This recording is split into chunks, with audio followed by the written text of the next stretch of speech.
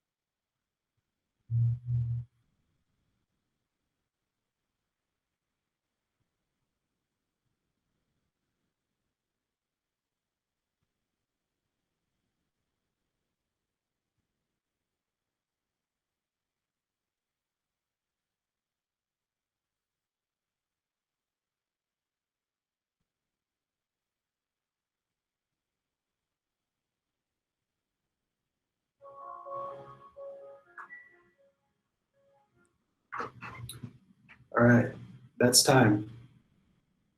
So you see that it's not really easy to sit still for a couple minutes. I mean, that was only 2 minutes, and in the day, 2 minutes goes by like that. But when you have to sit still and kind of just focus and focus on a few different things or yourself, it's not that easy. And that's why people practice it. That is a part of like meditation, for example. That's the training yourself to be able to do this. And you know, if anything was coming to the front of your mind in that couple minutes, or if you noticed anything going on with your body or anything, I'd like you to kind of take note of that. Even write it down if you have a pen and paper at your desk. All right, so moving on. The first thing I want to talk about that really helps us with kind of focusing on ourselves and focusing on the good around us is gratitude. Gratitude is defined as the quality of being thankful, the readiness to show appreciation for and return kindness.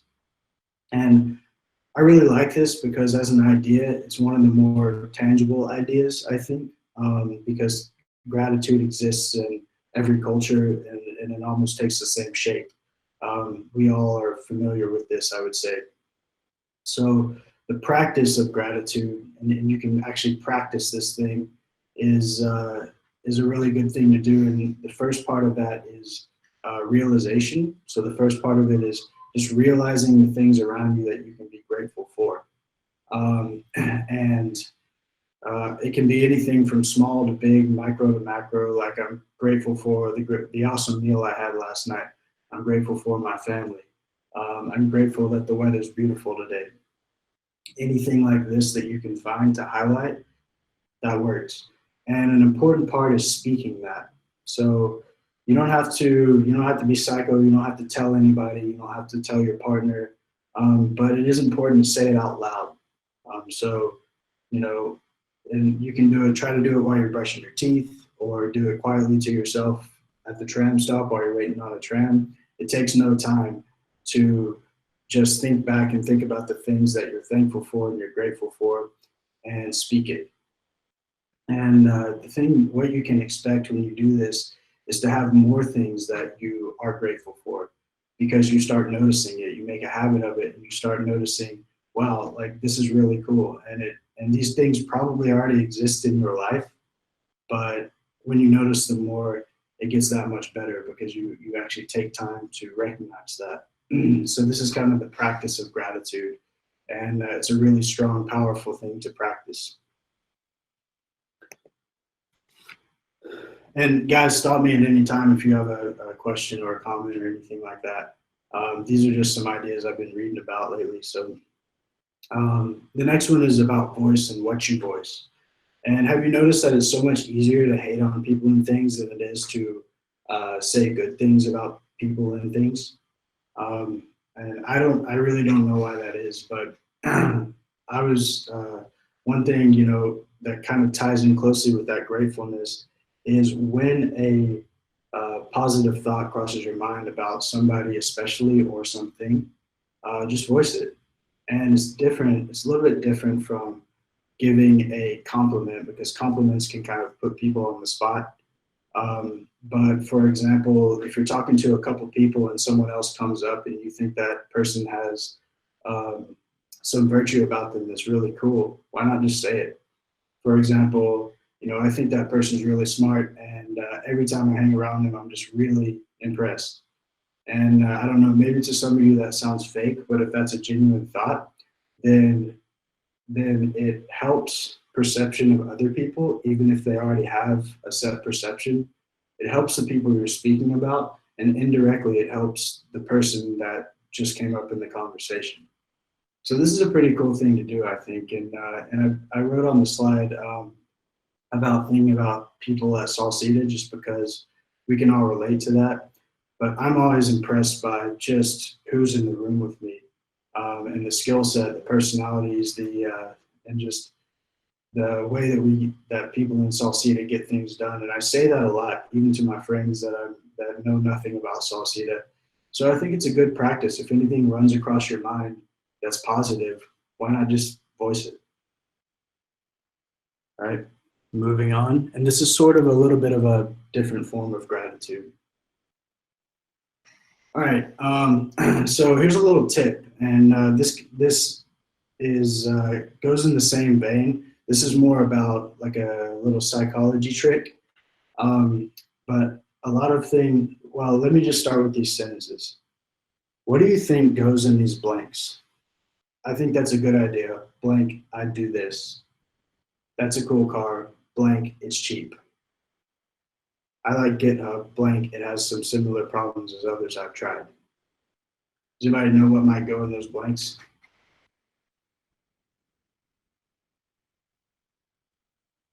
No? All right. So we've got this little word, but.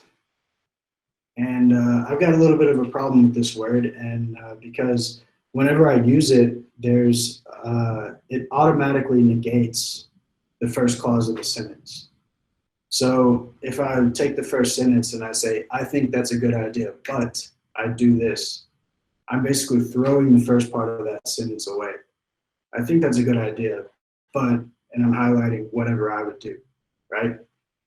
And same, I think that's a cool car, but it's cheap. So now I'm focusing on the fact that it's cheap, and that's negative. And most of the time, you can take this word and you can replace it with and. And this is really cool, I think, and it's a little cool little mind hack because when you do this, it keeps everything kind of going in one direction, and it doesn't take the focus off of the first clause of the sentence. So if I say, I think that's a good idea and I do this, I'm telling you, I think that's a good idea and that's genuine. Plus, here's something else on top of that, you know, which kind of keeps things going in one direction and keeps things positive. And it's a really powerful tool that you can use. And because when people hear the word but, it automatically connotates negativity. And if I start a sentence, if you tell me something and I start a sentence with but, then you can expect something negative. If I say that's right and blah, blah, blah, blah, blah, then it's just building on what you already said. So this is a little trick that I read in a book called How to Win Friends and Influence People, and I really like it. And it's kind of hard to make yourself do that because we get so used to saying but it's just something I would think about. All right, so here's kind of the middle of the presentation. It's time to move. Yeah, so building on kind of the best weekend ever. So we've got a couple little tricks and things to just maintain our focus on ourselves and maintain that mindfulness and think about ourselves. And also something that's really important while we do this is moving. And moving is, you know, the more that something is stagnant, the harder it is to move. Like if you leave a machine or a car, you know, somewhere and you don't crank it for a year or two, then it's harder to start back up. And humans and anything that is supposed to move is the same way. So this is kind of something that dawned on me when I was working with one of my friends who is a personal trainer. And one of the things he was doing was just like flapping his arms and doing some kicks and basically the point he said is just movement and not just like we do every day, just walking and sitting and standing, you know, but actually like children on the playground. Like children, if you ever have watched them play, they spin and they jump and they do all kinds of crazy stuff, flap their arms, and that's kind of what I'm getting at here. Movement doesn't have to be an hour of yoga or a run or 30 minutes of you know, in the gym or whatever. It doesn't necessarily have to be structured. I just encourage you to move.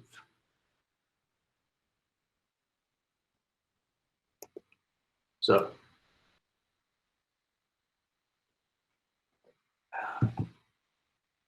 all right, so this next idea is about intention. And intention is a thing intended, an aim or a plan, or a conception formed by directing the mind towards an object. And again, that's projected. And you know that people say, don't tell people, show them. Don't tell people your plans, show them, like just do it, show them how you did it, right? And this isn't necessarily about that. This is more about transparent intention with yourself. Um, and just like gratitude, it closely relates because you have to speak it. And an example of this, it's actually quite simple, but it's hard to create a habit. But an example of this is um, even planning a day. Tomorrow I'm going to wake up, I'm going to make a good breakfast, I'm going to get to work on time, I'm going to finish this before lunch, I'm going to have a good workout in the evening, and then I'm going to go hang out with my friends. This is kind of setting intention for your day. And when you speak it, it puts things in motion that, you know, set your mind up to do these things. And of course, there is effort involved. You can't say, you know, I'm gonna do something crazy, or I'm gonna wake up early and then not set your alarm. You know, there is effort involved behind this. But when you speak your intention, it already puts your mind in the mind state to go do that. And again, this is something you can focus on kind of a small amount of time. For example, like a piano recital, I could say, all right, I'm going to practice tonight. I'm going to practice in the morning. I'm going to show up. People are going to be glad to see me. I'm going to sit down at my piano. I'm going to nail my piece, and then I'm going to go celebrate with my friends. This is setting intention, and that's a good example of it. So it can be kind of on a longer scale, a long-term scale, or a short-term scale. But again, it's something to speak. And what I do is myself is when I practice both these things, I'll take like 1 minute before I go to bed and say, I'm grateful for, and just kind of make a list. And it doesn't have to be anything profound. It's just, I'm grateful for friends, my family, health, blah, blah, blah. And tomorrow I'm going to this, this, this, and this. And then and that takes about 1 minute total, but it's a really powerful tool for your mind to get yourself set up to have, you know, to emit and attract positivity. And again, you can use this in a professional capacity and in a personal capacity. Hope I'm not going too fast.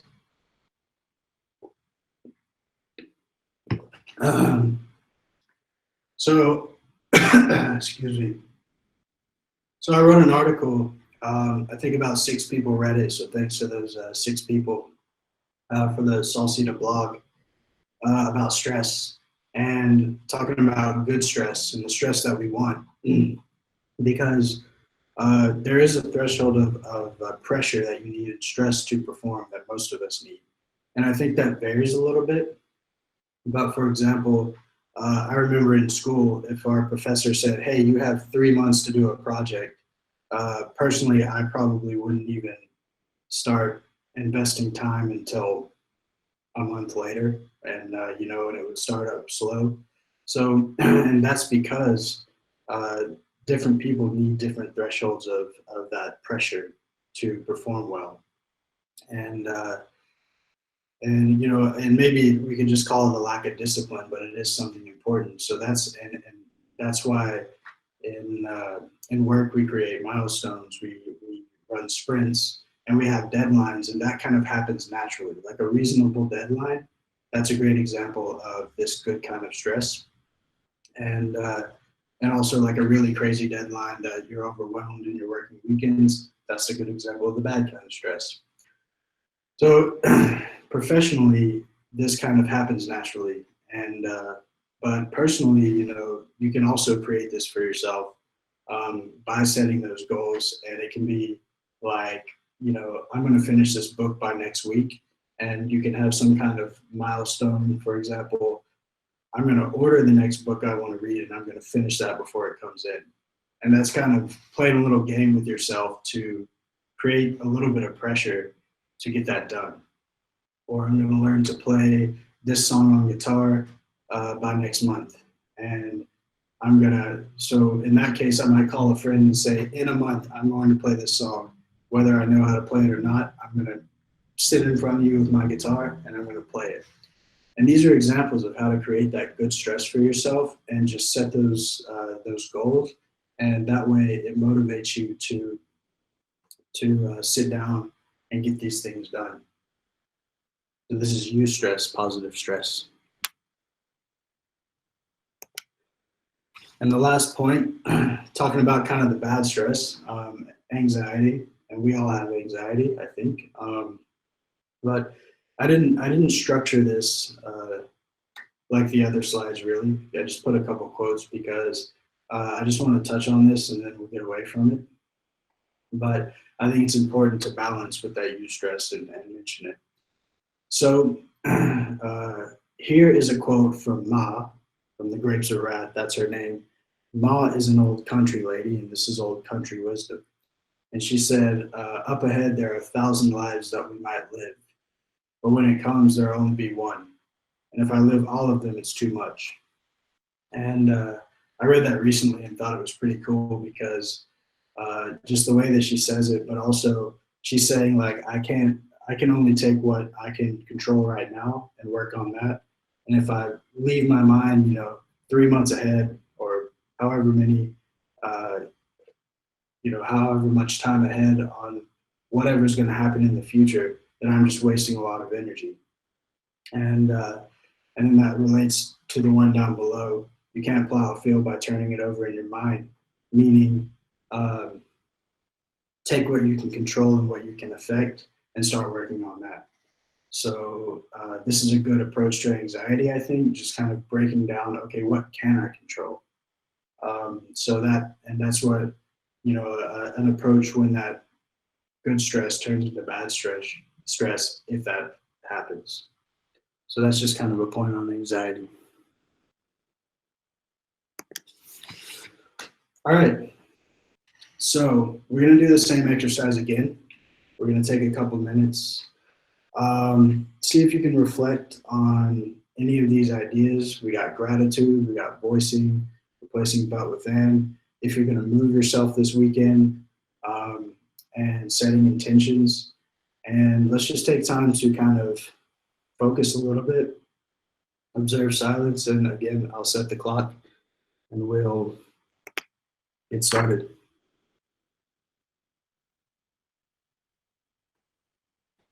Time starts now.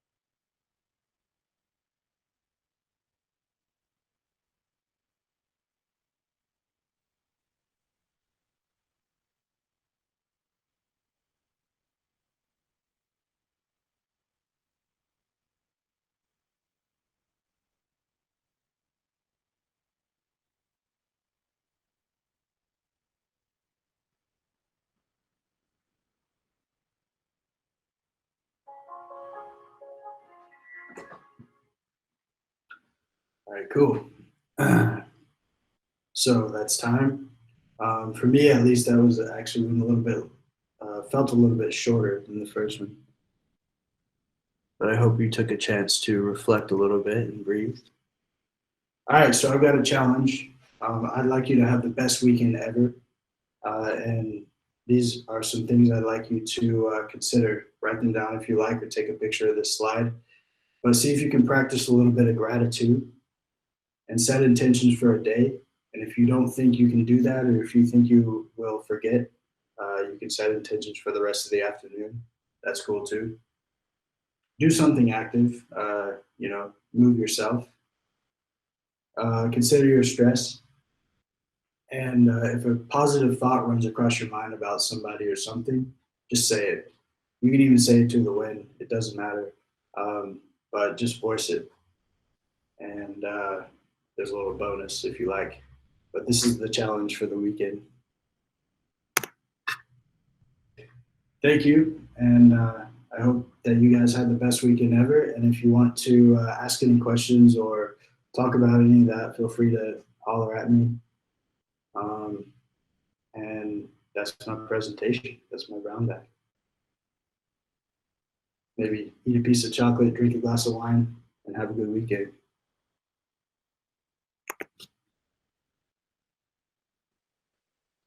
Thanks, Griff. Yep. Any questions? Maybe I just want to share experience that for me, usually when I say something, my intention loud, it happens that I wouldn't do it. So usually I try to keep it like secret until I actually do something and then reveal. And another experience, maybe how recently I'm like quite effective to fight with anxiety or like to be not possible to do something is to break really goal in something like a very, very little chunks that could and be probably grateful, as Griffin defines this, for that you achieve this little chunk of this goal. So it could be like really very, very, very little thing. I don't know, if you write in a book, it could be just write one sentence and already feel grateful that you did it, because imagine, like, I'm trying to think the way that, so let's say you want to learn to play guitar, but it's like really very big goal to do at once. But you think like, what if I would say to you, if you will do this for 5 minutes for 5 years, like every day, but just 5 minutes, then in 5 years you actually will be playing very well. So like this kind of thing that. Yeah, I think that's a good point. That's about just like graduating those goals instead of saying, I'm going to run a marathon right now. It's about eating the elephant one bite at a time. That's right. And it was a great presentation. Thank you. Thank you. Anybody else, any questions? If you have questions, ask now. You're going to be tested on Monday. Yeah. All right, cool. Well, thanks, guys.